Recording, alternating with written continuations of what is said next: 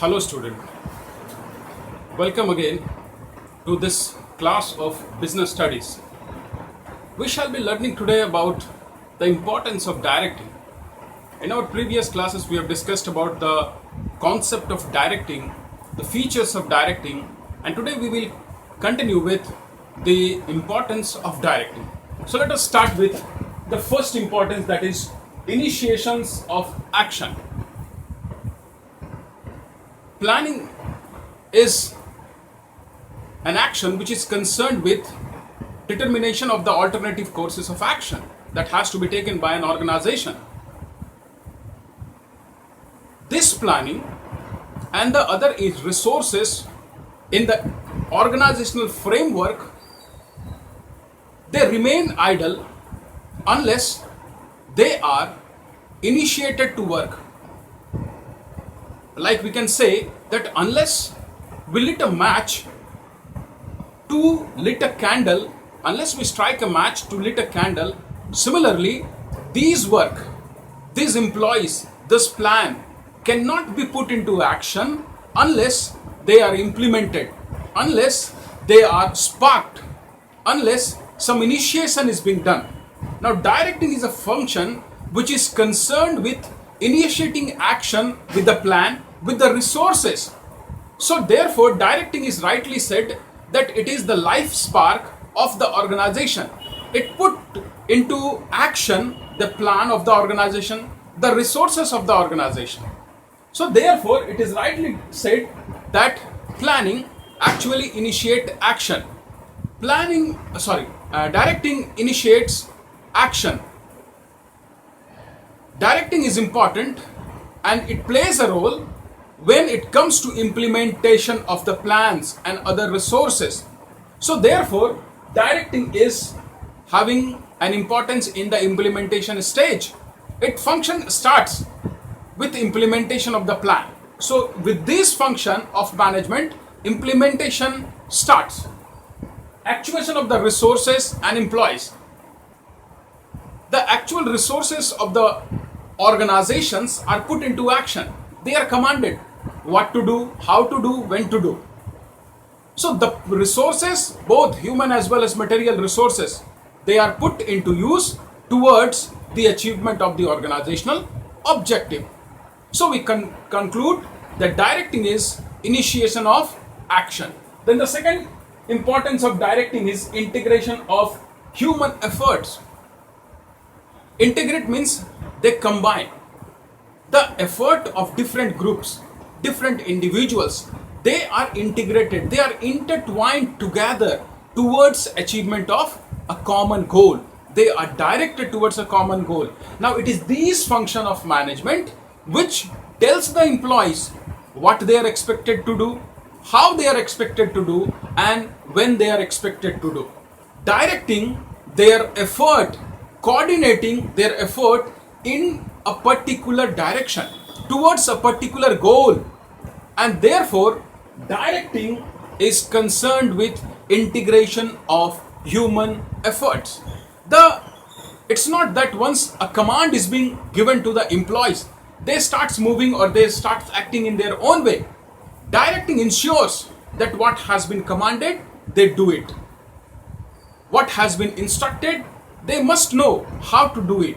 So in between, it is not only the command, but in between they are instructed, they are guided as well, so that they conforms to the course of action, to the command, and to the achievement of organizational goal.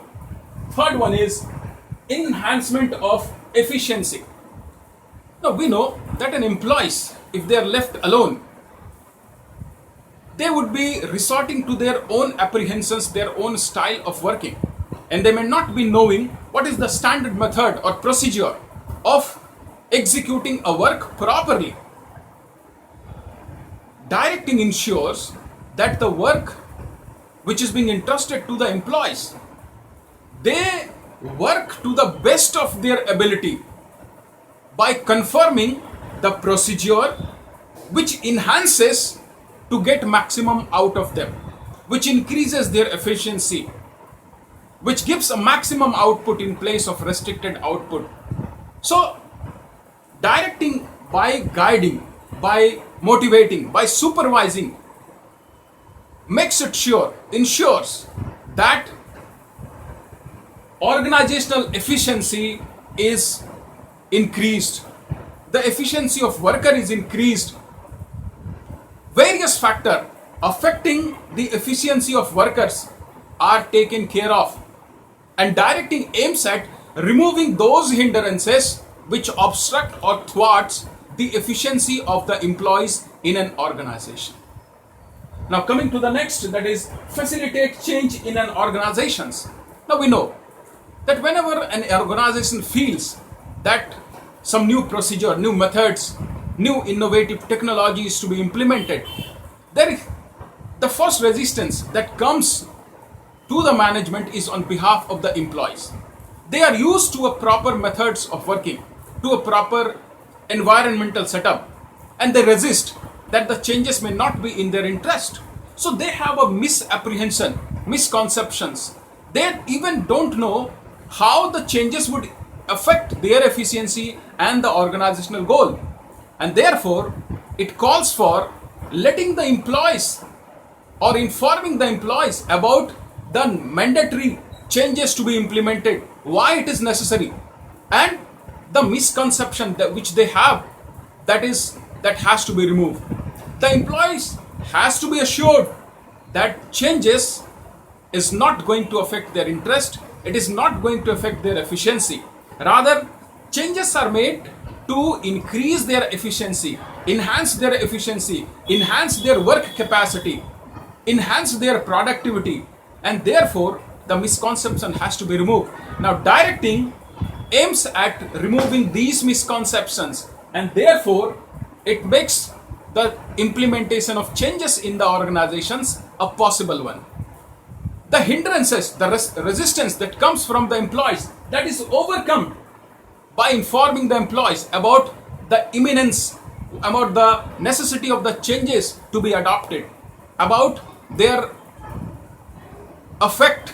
interest not being affected. So directing facilitates changes in an organization. Then the next one is ensure stability and balances. Now we have seen that in an organization there are different groups of workers, and usually these different groups, they have different apprehensions, they have different goals, they have different individual likings, they have different individual perception and different inclinations as well.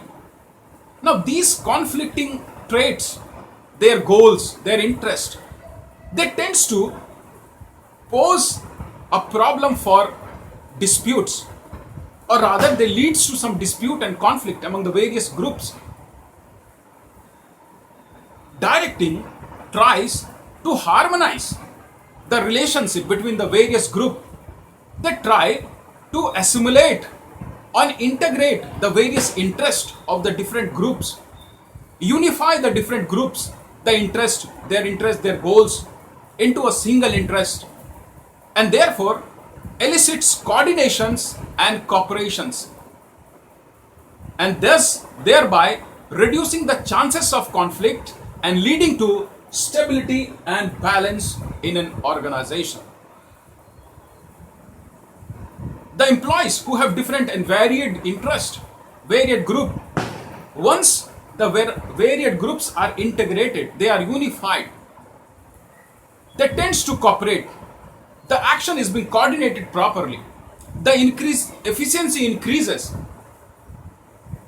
and there is a harmony in the relationship inter se among the various groups of employees.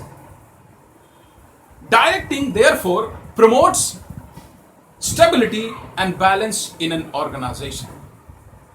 And finally we have getting maximum out of employees. The potentiality that the employees have in an organization, they might be unused because they are not aware of their latent talent, their latent capacity, and due to proper guidance, lack of proper guidance and motivations, they have not been able to use up their hidden potentiality. Motivation brings a change in the attitude, in the perception of the employees. It elicits a greater degree of cooperations, leading that there is maximum output of the employees. The resistance, the tendency of shrugging off, the apathy to work, the lethargy to work, they are being overcome through proper way of motivation. Directing aims at getting violation or the cooperation from the employees, a violation in cooperation, a willing cooperation towards the organizational goal. So directing through the motivations, they try to elicit and increase a greater degree of cooperation from the employees. And this tends to get maximum output or maximum result out of an employee. The latent talent, the latent potentiality of an individual employees, they are being explored, they are being used, and thus an employee is able to produce or get maximum out of himself. So these are all the importance of direction today. In brief, have a look at it. We shall continue further. Till then, happy learning.